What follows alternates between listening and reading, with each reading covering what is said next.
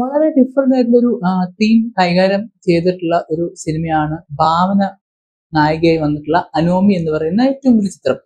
ഈ ചിത്രം കണ്ടു കഴിയുമ്പോൾ നമുക്ക് തോന്നുന്ന ഒരു കാര്യം എന്ന് പറഞ്ഞു കഴിഞ്ഞാൽ ഇത് കുറെ എലമെന്റ്സ് ഉണ്ട്. ഇതൊരു ത്രില്ലറാണ്, ഒരു ഇമോഷണൽ ത്രില്ലർ എന്നുള്ള രീതിയിലാണ് ഇത് തുടങ്ങുന്നത്. ഇതിന്റെ ഫസ്റ്റ് ഹാഫ് വരെ ആ ഒരു സംഭവം ഇമോഷണൽ പരിപാടികളെല്ലാം വളരെയധികം എന്താ പറയാ നന്നായിട്ട്, അല്ലെങ്കിൽ സിനിമയ്ക്ക് വേണ്ട വിധം അതിൽ കാര്യങ്ങളൊക്കെ നമ്മുടെ സംവിധായകനായിട്ടുള്ള റിയാസ് മാറത്ത് കൊണ്ടുവന്നിട്ടുണ്ട്. അപ്പോൾ ഫസ്റ്റ് ഹാഫ് കുറച്ചൊരു ഇമോഷണൽ പരിപാടികളാണ്. ബട്ട് ദെൻ കുറെ ഇൻവെസ്റ്റിഗേഷൻ നടക്കുന്നുണ്ട്. ആ ഇൻവെസ്റ്റിഗേഷന്റെ ഇടയിൽ കുറെ കാര്യങ്ങൾ കണ്ടുപിടിക്കുന്നുണ്ട്. അപ്പൊ അങ്ങനെ അതൊരു ഭയങ്കര ഒരു എന്താ പറയാ ഒരു പ്രോസസ്സാണ്. അപ്പൊ ആ ഒരു first half is kind of എന്താ പറയാ ഒരു ഇമോഷണൽ പരിപാടിയാണ് അധികവും ഉള്ളത്.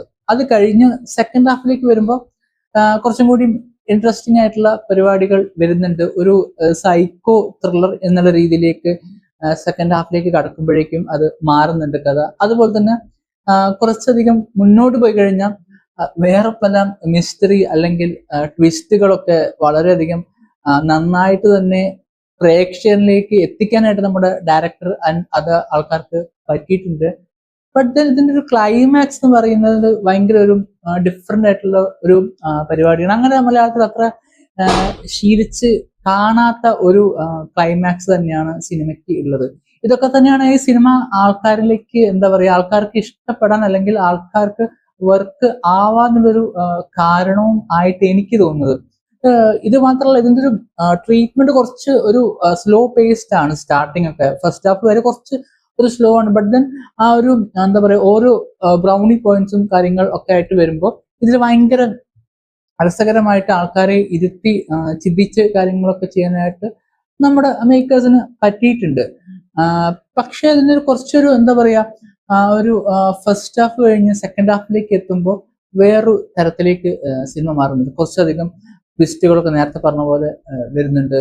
അതിന്റെ ഒരു പേസ്മെന്റ് തന്നെയാണ്. അതിന്റെ ഒരു പേസ്മെന്റ് കുറച്ചും കൂടി സ്പീഡ് ആവുന്നുണ്ട്. സെക്കൻഡ് ഹാഫ് ആകുമ്പോൾ ഇൻവെസ്റ്റിഗേഷൻ കുറച്ചും കൂടി ദ്രുതഗതിയിൽ പോകുന്നുണ്ട്. റഹ്മാന്റെ ക്യാരക്ടറൊക്കെ ഭയങ്കര ആക്റ്റീവായിട്ട് പരിപാടികൾ ചെയ്യുന്നുണ്ട്. Rahman and Bhavana both are investigating A murder.